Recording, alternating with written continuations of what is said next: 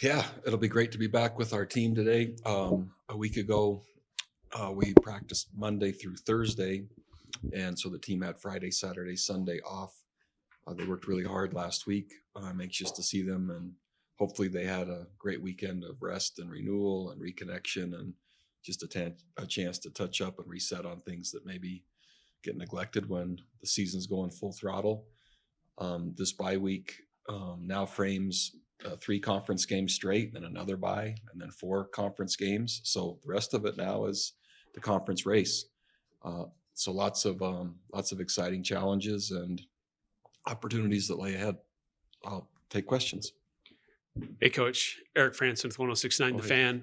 I've been curious to see if the number of players without jersey numbers might change after the bye week. It doesn't appear to have changed much, if any.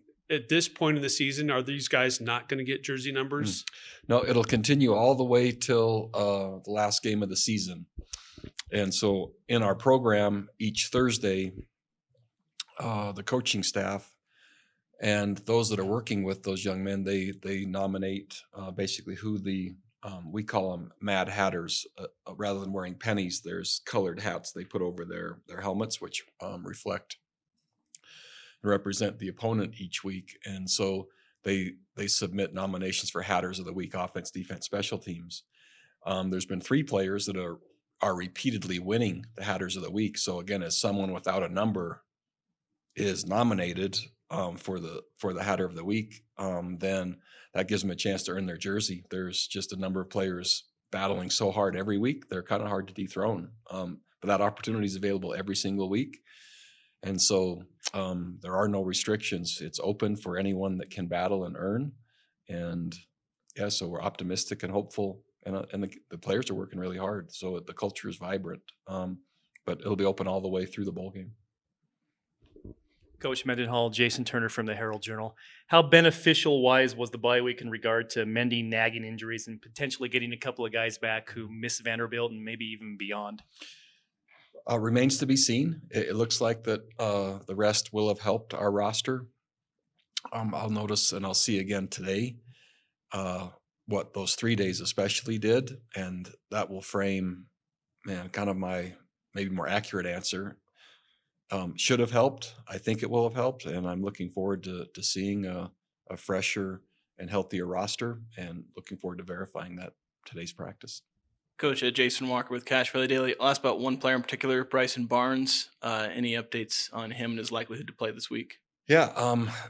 So I haven't made any comment yet. Anxious to visit with medical and see practice today, and then I can be accurate as to where exactly he stands. And I don't intend to keep it a secret. I'll announce as soon as I can get verification. Coach Mark Green with the Utah Statesman. Hawaii is also coming off of a bye week. How do you think that fares? Just the two teams have now had 2 weeks to scout each other, basically coming into this game. Yeah, I think it's fair, number one, and I think anytime it's possible to have both teams having a bye or neither having a bye, I think that makes it better. Hard to speak for Hawaii and their program in terms of, I believe, coming off Air Force, which it's always nice for them, I'm sure, to come to the mainland, go back, and then not have a game right away, just like it would be for us. And so I think it's probably a nice set point. They've played Fresno State and Air Force, so 2 conference games before they kind of reset for the rest of their season. So they probably feel similarly to us. And then just both of these teams are, offensively minded, throw the ball, move the ball a lot. What is kind of the message to your defense on that side to contain that, and then also your offense to try and keep pace? Yeah, really challenging. Hawaii's offense around, somewhere in the mid 80s in terms of number of plays per game, and shoot 40 or 50 of those are passes. So they're dynamic, they're wide open, and they're a challenge. I think the biggest improvement in Hawaii's program over Timmy's time there has been the last 2 years defensively. They've done a nice job on defense. They're playing complementary football at a higher level, and even from a year ago till this year, another step in progress. So, I think their program is just headed in the right direction. So with Hawaii throwing the ball out, they can sometimes get one-dimensional, throwing 45, 50-plus passes. A lot of times you have a balanced offense, keep defenses honest. What does Hawaii do to try and keep defenses honest, even if they're still throwing the ball a lot? Yeah, more intentional this year than ever on running the football. So that was the first thing that I noticed is their intent to run the football. Obviously, they have a really nice screen game as well, but their intent to run the football, how that's blended and integrated, I would say is at a higher level and more intentional. It's not diminishing or taking away from their ability to throw the ball, but they're more intentional on being able to do that. And I think, again, with the way their defense is playing, I think they feel like they can do that, not have to possibly be quite as wide open as they normally are. Coach, their kicker is 16 of 16 on field goals this season. How impressive has he been? But at the same time, how maybe encouraged are you that they haven't been as efficient in the red zone? Yeah, both. So it's difficult to be 16 out of 16. I'm sure they would like those to be touchdowns instead of field goals if they're red zone specific. But one of those was a game winner against Stanford. And so again, when teams travel there, if you think about two of the games this year, Stanford went, Hawaii kicked a field goal to win the game. Fresno goes and has to stop a 2-point conversion to win the game. It's a formidable challenge to go to the island, and you need to plan on playing 4 quarters of football when you go. And so their kicker or their field goal kickers, it's a nice asset to have if he's that accurate. Coach, getting back to the bye week, your involvement, your coach's involvement, in getting out and taking the opportunity to go recruiting during the off week for you guys. Did you stay pretty much closer to home, or were you guys all over the place this last week? Yeah, in relation to our recruiting efforts, mostly in-state. However, we had players and we had coaches out of state as well for specific targets, specific commitments, and players that we needed to see in relation to our needs or to hold on to their commitment. And that part was really beneficial. And it's always nice for routine breaks for not only players, but coaches also. So the coaches that were in state were able to get back home and be with their families, and those that were out of state, that's also a kind of a nice break to, rather than playing a game, just travel, drive to the game, watch a high school or junior college game, whatever it might be, and then come back and have a Sunday of football or a Saturday night of football, because most of those games were on Friday. And so I've just sensed a kind of a renewed energy from our whole organization as they've come back. And then I guess in concert with that, going to Hawaii, it's always a neat opportunity for some recruiting there. And just generally with a lot of Polynesian players that tend to play at Utah State, get that chance to get back to the islands. Just how important is that game for a lot of players that are part of that culture on your team? Oh, I think it's great. College football, anytime you have a chance to play, go home to play, it's a special opportunity. We have lots of Pacific Islanders on our team. And really, more than anything, I'd like them to have success. It's great to be able to go home and play well and win. And the hugs and smiles and celebrations with family members after the game, which are going to happen regardless. But when you play well, it's just a different tone and better. And so I'm anxious and hopeful that'll happen for our team. Coach Mendenhall, I've read rumblings that Ike Larson is practicing again. Is there truth to that? And if so, what's the transition been like? Yeah, Ike was reinstated on Tuesday of last week. And so Ike practiced with us Tuesday, Wednesday, and Thursday. And it's been really business as usual. I addressed the team briefly. As Ike was in the team meeting, I addressed the team briefly. It was a 7-week suspension. He's worked hard to work through all the requirements that I thought were appropriate. And the team has welcomed him. And again, it really has seemed like it's just been business as usual since then. And my hope is that Ike has a fantastic finish of the season, both on and off the field and academically and everything else. I'd like it to see it really end well for not only him, but our program. I want to ask about Hawaii's quarterback, Mike, where he's had 4 games, I think, across his career dating back to last season where he's got like an 11-0 touchdown ratio. But he's also got a couple of games, I think the Fresno and Arizona games, where he thrown 1 touchdown to 4 interceptions. What have you seen from those defenses that had a lot more success versus the ones where he kind of tore them apart? Yeah, quite a contrast in the Arizona game. So Arizona, not maybe necessarily the variety of looks that he was seeing, and not necessarily confusion. Just really good players on defense, either through pressure or coverage that were making good plays. And then Fresno, there was some deception involved in what they did, and their quarterback, Hawaii's quarterback, is skilled. He's elusive. He throws well. He's confident, and just does a really nice job. And so Fresno, in some critical situations, really their disguise and different things kind of lured him into a few throws. But Arizona, the talent probably, and just players making plays. So two different stories, but those kind of seem as the outliers.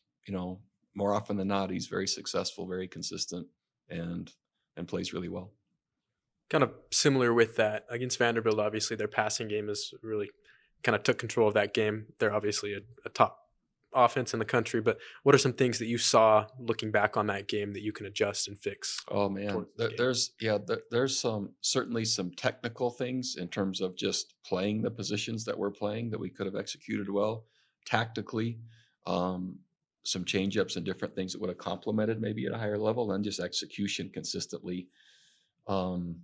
Two touchdowns for sure that easily were preventable, but our execution again so far against the better opponents on the road, meaning Texas A&M and Vanderbilt, our defense has played differently statistically than our 3 home games, and so looking forward to add more consistency on the road and against better opponents.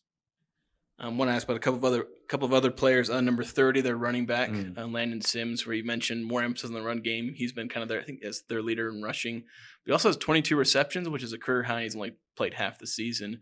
What have you seen out of him in terms of his role and what he's done? He's tough. He's physical. He's I don't know him as a person, but just no nonsense and just dragging players for yards. And he adds a physical presence to their team. So I've really been impressed with him. And I can't say what percentage of those catches have come through the screen game, but the screen game is really what keeps pressure, or one of the things they use to keep pressure off their quarterback. And so most of those screens go to him as well. Then the wide receiver, number 5, where he's got 38 receptions. What about his skill set and him as a receiver, presents the biggest challenge for you The guys? receivers, they've got a million passes between spring practice and summer and fall camp and the off season. And again, it's not a matter of if they catch the football. Rarely do you see a drop. So they're just sure-handed. They've been in the system a significant amount of time. They execute really well, and they're just really seasoned. So, no, with the pass game, you guys have done a pretty good job of swarming to the ball on short throws. That's something you've had a pretty good time with. Do you feel like that's going to play a big role in this one? It's going to have to.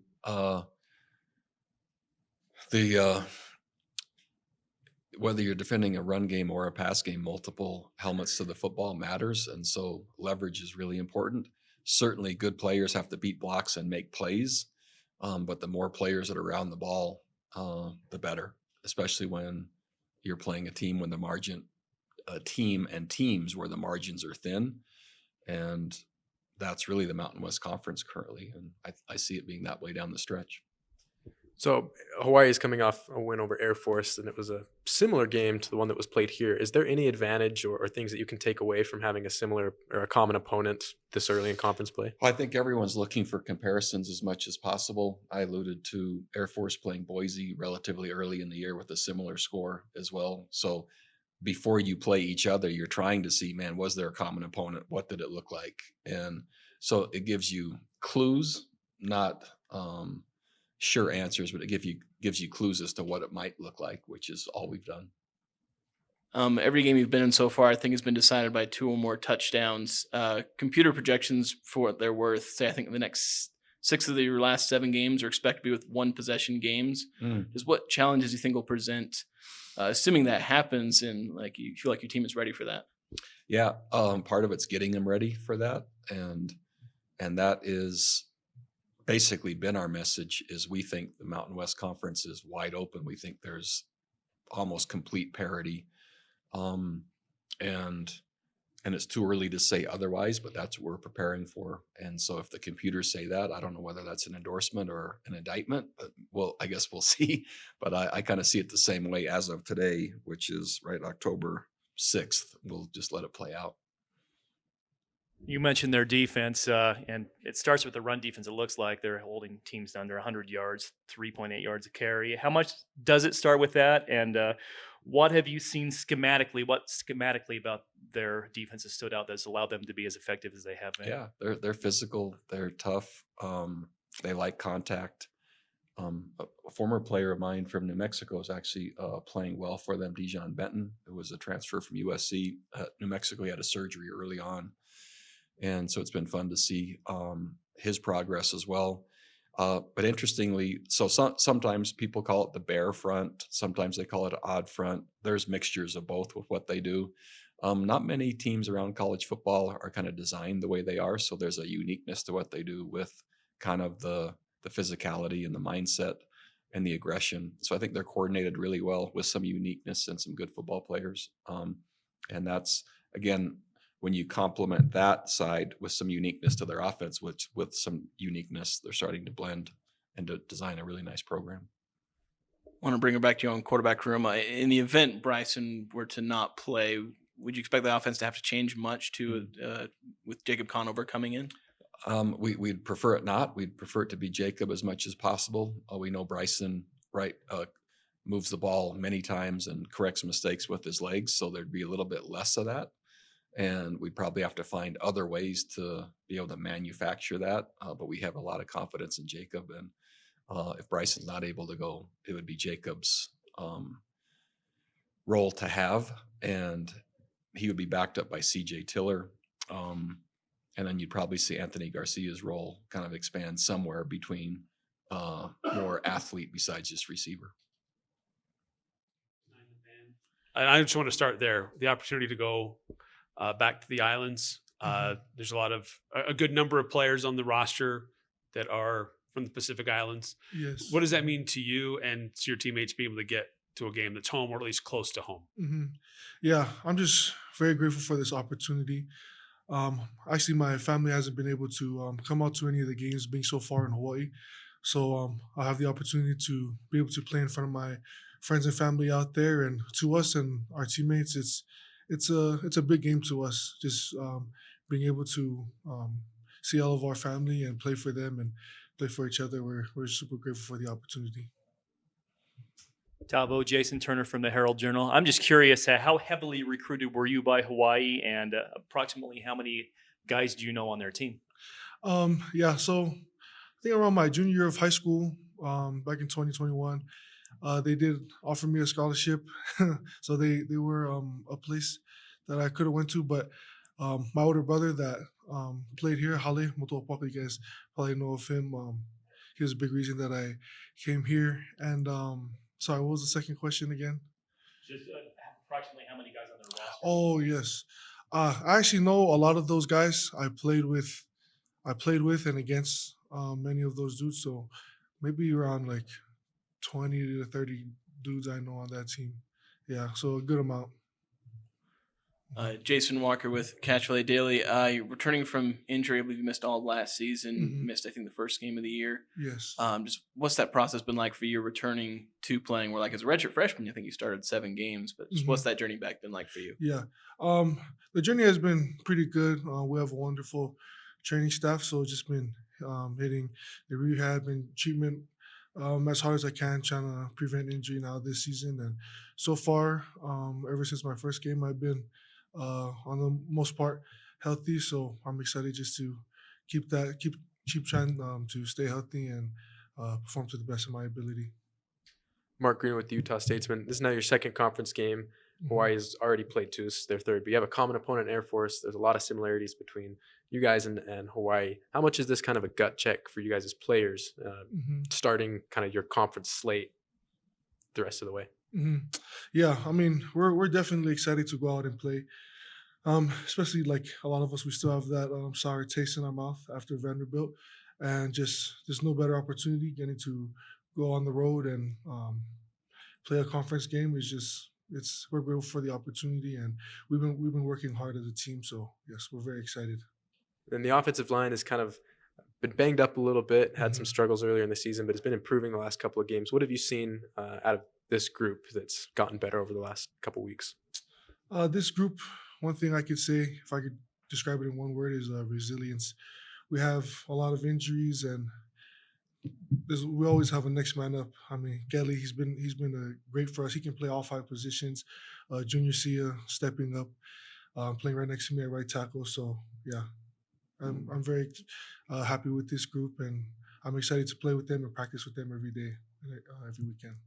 Is one particular thing you guys have improved on is pass protections. I think 12 sacks in the first couple of games. Mhm. I don't know the exact number, but not nearly as many in the next three. Just what have you guys been doing to adjust to work on pass protection and keep Bryson Barnes upright? hmm yeah, Coach Icatelli definitely made that a big emphasis on our pass protection because our first few games were not up to standard. So we've been definitely hitting it harder in practice and in the drills and on our one on ones. We've been trying to focus on sharpening up our technique on that and just hitting it hard. As about establishing the run, that's something it's been a bit up and down, but generally a strength of the team. hmm How important is that against Hawaii, especially maybe if Bryson Barnes doesn't play? How important will it be to establish the run through your running backs, Miles hmm and Jagan? Yeah, I mean, I think it's going to be very important, especially not only to establish the run game, but it will also open up our passing game as well and our play action. So yeah, I'm very excited. We have great running backs with Noah White, Javen, and Miles, and all those guys. That's a really talented room. So I'm excited to give them opportunities to be able to run that ball. Hey, John, Eric Franson with 1069 The Fan. I just want to ask about the bye week for you and for your unit, just how you utilize the time off, but also time to kind of re-examine what's working or maybe what needs to be improved upon for you and for the linebackers at Utah State. Yeah, definitely. I feel like this bye week, we used it as a week to get better and still work hard, but also try to recover our bodies as much as we could possibly. I feel like that was our biggest thing is get people healthy, get people back feeling 100%, but also using that bye week as linebackers to make sure that we still keep the physical aspect up and make sure that we're still flying around to the ball. I feel like that's our biggest thing that we want to get worked on is just being faster and physical and trying to get 11 hats at the ball. That's kind of really the focus. John, Jason Turner from the Herald Journal. The good thing about the bye week is you come to the Monday press conference having seen film and really fully scouted the opponent, whereas that's not usually the case. So, what stood out to you when you've seen film? What stands out to you about Hawaii's offense? Definitely what stands out to me is them being able to get the ball out quick. They love to throw the ball. They throw the ball about 70, 80 times a game, which is a huge number, especially in our conference too. So definitely just being able to match fast and be able to like I was saying, flying around to the ball because they're gonna throw a lot of perimeter game, get the ball out to the edges. So being able to add hats to their hats is what we need to do. John, Jason Walker with Cache Valley Daily. Bronco kind of mentioned this where you got the defense has had some games where really shut opponents down, had a couple games where that wasn't happening as much. Kind of what's the key to getting some consistency with the defense and being the best version of yourselves in more of these games? I definitely think it's probably being able to know our assignment as the best we can, because if we know our assignment, we can play fast. And that kind of was the biggest thing in those two games where we didn't play the best was our assignments were lackadaisical and we just weren't very detailed. And I feel like that's what we drove into this bye week was we're going to be more detailed, more focused on our assignments and what we have to do so that we can have all 11 of us playing faster. Mark Green with the Utah Statesman. Like you said, Hawaii likes to throw the ball, they get it out fast, but you've also been a force in the backfield, as Doug was just saying. So what do you kind of see in their game that you can maybe take advantage of on that side? I see a lot of opportunities. I see a lot of opportunities for not only just me, but our whole front seven being able to attack the quarterback and get back there. I definitely feel like with how many times they do drop back and pass the ball, there's going to be a lot of opportunities for us to take and getting in the backfield and getting sacks. And I feel like we have a good game plan to help us do that. And coming off of Vanderbilt, obviously they're a similar style of offense. They like to throw the ball, go fast, and things like that. What kind of similarities can you draw between that game style and how can you take that Vanderbilt performance and improve upon it for this week?